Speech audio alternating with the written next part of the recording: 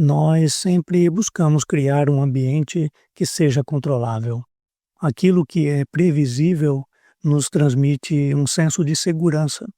Por isso, nos esforçamos para tornar as coisas o mais previsíveis possível. Dessa forma, criamos estruturas, organizamos processos e planejamos o lugar de cada coisa para minimizar os riscos. No fundo, o que desejamos é ter controle. Não queremos apenas planejar os resultados, queremos produzir esses resultados, garantindo que tudo siga conforme o nosso propósito e nossas expectativas. No entanto, existe um problema. Tem coisas que fogem ao nosso controle. Se nós formos realistas, precisamos admitir os nossos limites. Muitas situações não estão sob nossa autoridade. Existem circunstâncias que não dizem respeito apenas à nossa vida, porque envolvem a vida de outras pessoas. Além disso, vivemos em um mundo imprevisível, onde incidentes e imprevistos acontecem. Diante dessa realidade, depois de admitirmos essa nossa limitação, é essencial saber como reagir de maneira apropriada. Lamentar ou se desesperar não resolve nada. Precisamos discernir quais ações são mais adequadas para lidar com aquilo que não está sob nosso controle. A partir desse entendimento, nós seguimos para a reflexão sobre como a Bíblia, como as Escrituras, nos orienta a responder diante daquilo que nós não podemos controlar. Segundo as Escrituras, diante das situações imprevistas, as melhores ações surgem a partir de uma visão realista da vida. Essa visão começa quando reconhecemos que não temos controle sobre tudo. Nós somos apenas humanos, nós não somos deuses. Quem tem controle absoluto sobre todas as coisas é Deus. A Bíblia revela essa verdade ao mostrar que o mundo e a vida existem por sua permissão divina, apesar do pecado humano. Além disso, Deus subjugou o mundo e o tornou um cenário incompleto por um motivo importante, conforme seu propósito soberano. Ou seja, nos instigar à busca por respostas, para que cheguemos em sua revelação. Sua palavra nos ensina que admitir nossas limitações nos permite agir de maneira apropriada diante de circunstâncias maiores do que nós. Quando reconhecemos nossa incapacidade de controlar tudo, nós podemos tomar decisões fundamentadas na confiança em Deus e em sua soberania. E um dos ensinamentos que ilustram essa verdade é o princípio do ano sabático que nós encontramos em Levítico capítulo 25, de 1 a 7. Nele, Deus instrui o descanso da terra como um lembrete de que há realidades superiores às nossas capacidades humanas. Essa prática nos ensina que, embora existam coisas que estão além do nosso alcance, todas elas permanecem menores do que Deus e sob sua autoridade. E com essa compreensão, nós podemos aprender a lidar com o inesperado, confiando no Senhor que governa todas as coisas. A primeira coisa que nós podemos ver nesta escritura é que o ano sabático foi uma instituição desafiadora para o povo de Israel. Deus queria ensinar para seu povo um conceito revolucionário para aquela época, algo que transcendia sua capacidade natural. Por isso, ele estabeleceu o ano sabático. Assim como uma semana tem dia de descanso, os anos também teriam um período de repouso. Durante 6 anos, o povo lavraria a terra, trabalhando normalmente, semeando, podando e colhendo. No entanto, no 7º ano, o cultivo cessaria completamente. Eles não semeariam, não podariam e não colheriam. O solo permaneceria intocado, os frutos cresceriam espontaneamente e cairiam ao chão. Para os israelitas, acostumados ao esforço contínuo da lavoura, essa realidade era surpreendente. Tudo que brotasse durante esse ano sabático seria destinado ao consumo nos anos seguintes. Esse sistema era inovador, mas também desafiador.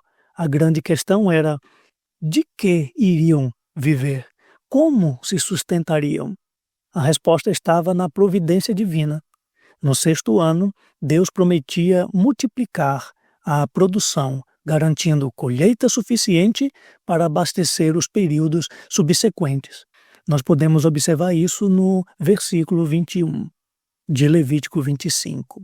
Humanamente falando, não havia garantia de que o 6º ano forneceria alimento suficiente para estocar. A única certeza era a palavra de Deus. O desafio era confiar plenamente na provisão do Senhor. Essa dificuldade levou o povo de Israel a falhar na observância do ano sabático. Os profetas registram essa transgressão e as consequências disso. Jeremias falou sobre isso no capítulo 34, de 12 a 22. Ezequiel falou sobre isso no capítulo 20, de 10 a 24. Neemias falou sobre isso no capítulo 13, de 15 a 22. Esses profetas relataram como a nação não conseguiu cumprir essa ordem divina. Dessa forma, o ano sabático ensinava uma lição essencial: depender de Deus, reconhecendo que Ele governa todas as coisas, mesmo em circunstâncias que fogem ao controle humano. A segunda coisa que essa escritura nos revela é que por trás do ano sabático havia verdades divinas que Deus queria ensinar para o seu povo. Ele não desejava apenas desafiar o bom senso. Ele desejava revelar princípios fundamentais para a vida. O primeiro ensinamento estava relacionado ao descanso da terra.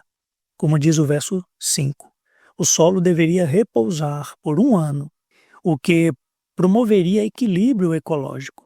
A ausência de exploração permitiria a renovação dos nutrientes, fortalecendo a fertilidade da terra.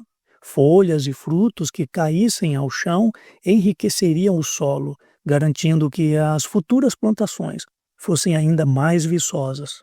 Além do aspecto ambiental, o ano sabático também era um tempo de liberdade e justiça. Nos diz a Escritura nos versos 6 e 7. O descanso alcançaria todos os envolvidos no trabalho, incluindo escravos, suas famílias e até os animais de carga. Deus demonstrava preocupação com a preservação da vida, tanto humana quanto animal. Esses versos indicam que o benefício do descanso e da fartura se estenderia a toda a comunidade. Mais do que isso, o ano sabático era um período de reflexão espiritual. O povo aprenderia que a vida não se resume ao ato de produzir, mas também ao significado do ser. Durante esse ano haveria tempo para meditar sobre o plano original de Deus, no qual ele e a humanidade deveriam ser parceiros na administração do mundo. A glória do Senhor deveria ser refletida na criação e o homem seria instrumento dessa manifestação. Contudo, para compreender esses ensinamentos, era necessária uma mente aberta e flexível. Israel precisava reconhecer que existem coisas maiores que sua própria capacidade e teria que aprender com Deus, através de um caminho desafiador, porém seguro. Havia também uma alternativa menos desejável, seria aprender de forma difícil. A exploração contínua do solo poderia resultar na perda de nutrientes, exigindo o uso de produtos químicos que prejudicam a saúde. Frutos empobrecidos tornariam necessários suplementos nutricionais para suprir a carência alimentar e nutritiva. No fim, o que Deus estava pedindo ao seu povo era fé, confiança nele. Ele queria que confiassem em sua provisão. O ano sabático era um princípio maior do que eles, mas deveriam confiar no plano divino. Dessa forma, não precisariam viver em constante ansiedade, como se tudo dependesse de seus próprios esforços e como se fossem obrigados a manter o controle absoluto sobre suas vidas. A fidelidade a Deus permitiria que experimentassem sua provisão divina de maneira plena e verdadeira. Portanto, diante das circunstâncias inesperadas da vida, Deus nos ensina que é necessário ter uma mentalidade flexível.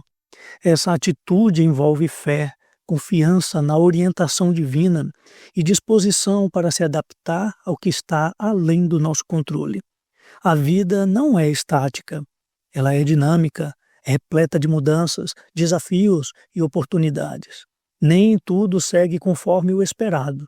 Por isso, ao longo do tempo, nossa jornada está em constante movimento, exigindo que nos movimentemos junto com ela. Em determinados momentos, um ciclo se encerra e outro se inicia. Nessas transições, enfrentamos novidades e imprevistos. A resposta adequada não é resistência, mas adaptação. Isso exige de nós flexibilidade mental e espiritual. Essa postura de adaptação está profundamente ligada à fé.